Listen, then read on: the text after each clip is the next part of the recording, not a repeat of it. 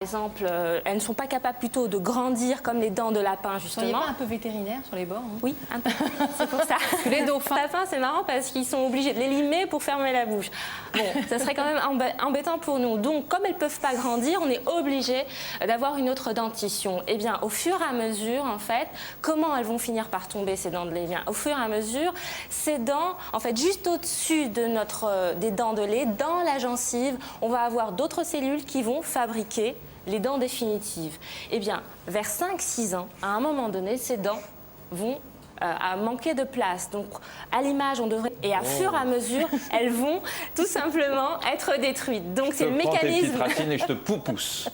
C'est le mécanisme de résorption de la racine. C'est très sérieux, tout ça. Mais bien sûr, attendez ça. Les dents, en fait, vont pousser les dents définitives vont pousser les petites dents. À un moment donné, on n'aura plus du tout de racines. Les dents de lait vont devoir tomber et laisser la place aux dents plus fortes et définitives. Donc, c'est pas dans n'importe quel ordre tout ça, hein? Oui, bien sûr, selon un ordre bien défini. Les premières dents de lait qui sont apparues, c'est les premières qui vont céder la place. Et juste pour rassurer les enfants, oui, ces dents-là, qui vont, comme les dents de lait ont déjà percé la gencive, elles ont déjà ouvert le chemin, les dents définitives qui vont prendre leur place ne vont pas faire mal aux gencives des enfants qui grandissent. Et puis j'expliquerai pas à une vétérinaire que la souris est au bout quand même de tout ça. Oui, non, d'accord, ok, la souris et tout ça, mais c'est plus intéressant. Non, mais